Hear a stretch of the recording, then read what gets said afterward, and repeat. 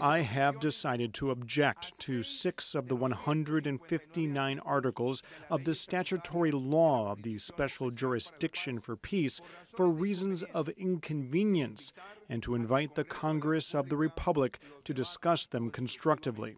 It took years for Colombia to negotiate a peace deal with leftist rebels to end decades of war, and the long-awaited agreement earned the president at the time a Nobel Peace Prize. But now his successor, current President Ivan Duque, is trying to make changes to that deal, and thousands of Colombians have been protesting.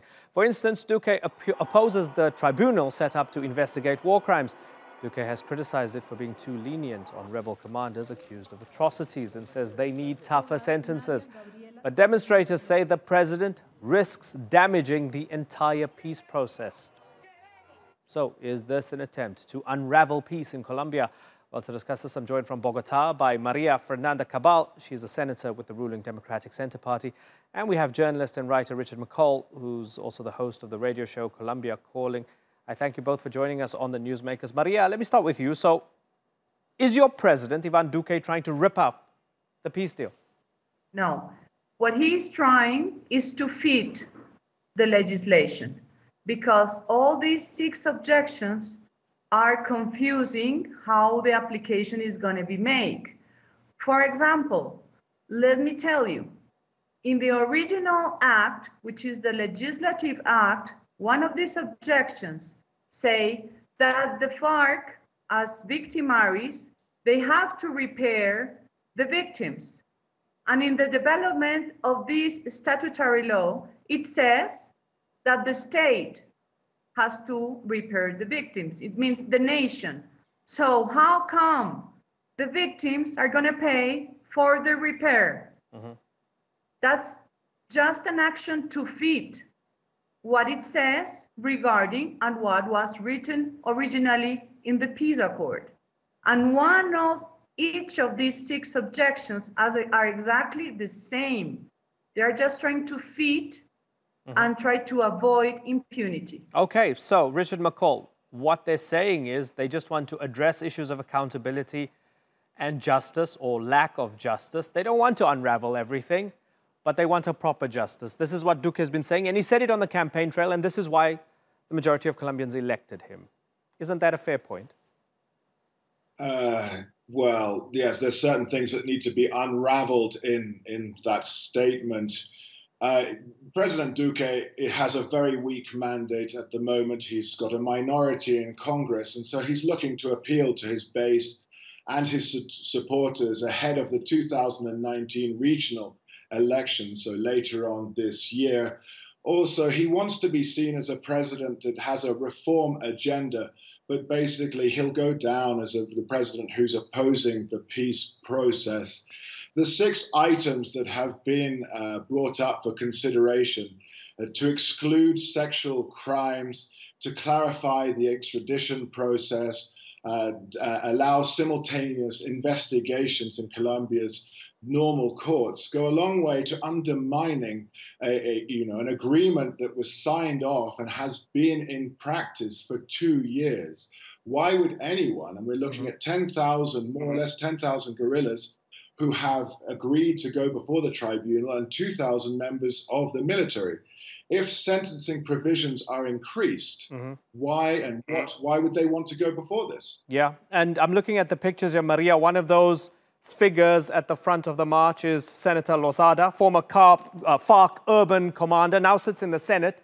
Is that at the heart of it all, that you guys just don't like the fact that former Farc sit in positions of power with impunity? When we won the plebiscite, President Santos did not recognize that we won, and he just started trying to make some kind of fixing of the original peace accord, but not in the inner that we wanted changing. For example, impunity.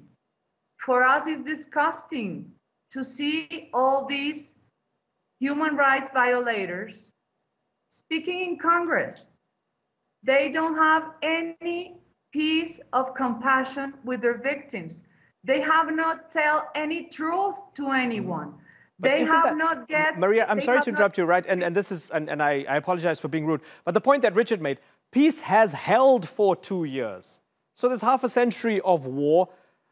I mean, 250,000 victims. It was terrible. Even the paramilitaries did terrible things. Santos's deal might not have been perfect, but it's held for 2 years. The Farc gave over their weapons. They don't even have any weapons to pick up if they want to go back to fighting. So hasn't it worked? That's not true. They didn't even show how they delivered the weapons. We knew that afterwards there were about 700 discoveries by the military of weapons that are hidden. We are the best and the first cocaine grower and exporter, and Farc still had his hands on it. So they are in Congress right now. They are trying to push all what they did with Santos, not with the Colombian state. It was the government who did this peace accord against the majority. Basically, we don't care, finally, if we have to give things up, but we are not, and we do not agree that this violator of human rights gets the impunity and tell everyone outside that this is peace. We have more than 4,000 people in arms again. Right. Again, kidnapping, again, drug trafficking. If this is peace, let me tell you that we are going to be, how do you say that, unviable state, unviable nation. Richard McColl?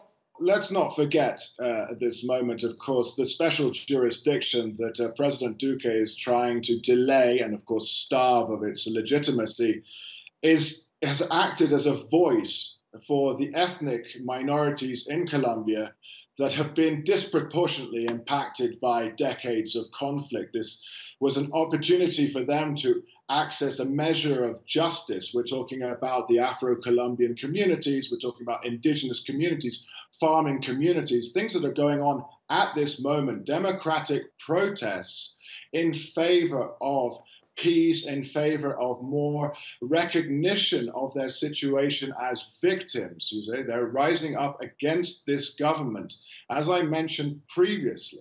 And if I can address one thing said by my esteemed colleague, Maria Fernanda Cabal, yes, there are weapons, obviously, in caches hid around the jungles. Remember, the IRA took 7 years before they actually gave all of their details and this logistics for where the weapons were held in.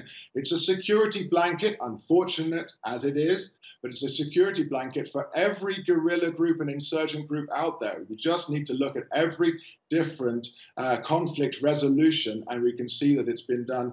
And this was expected.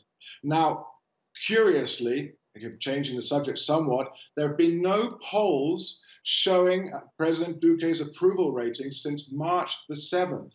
This means that his approvals are likely to be in a dipping. There's bad unemployment. There was a very public reprimand by President Trump. There's a protest that he's not addressing in the southwest of the country, and of course the HEP. So it's a very weak mandate, and I see that this government is diverting the conversation. Okay, so Maria, are you diverting the conversation because the economy is not doing well, because Colombians are worried about Venezuelan refugees and so on? Is this a convenient diversion? Address that.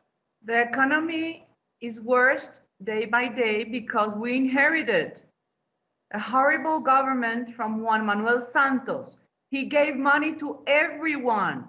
He bought every vote in the Congress because he wanted this peace above anything, because this peace means a lot of business that we're just getting aware. There was a lot of money around leftist NGOs, all the leftist NGOs that are supported also by Europeans from the left, a lot of money that they just trap. They trap the political arguments of minorities. Listen, the best propaganda that Santos government did was saying that the victims were in the inner circle of the peace accord. The victims never wanted peace without justice. And if you see the arguments of the raped little girls that were kidnapped since 10, 11, 12 years. They just want justice. They don't even want money. Okay, and certainly, and it's beyond the scope of this program to look at the full scale of the victims, from those who suffered at the hands of the Farc, but also those who suffered at the hands of the paramilitaries and so on. We're going to keep a close eye on this and periodically check in on Colombia and the status of the peace process. For now, I have to move on. Maria Fernanda Cabal and Richard McColl, I thank you both for joining us here on the Newsmakers.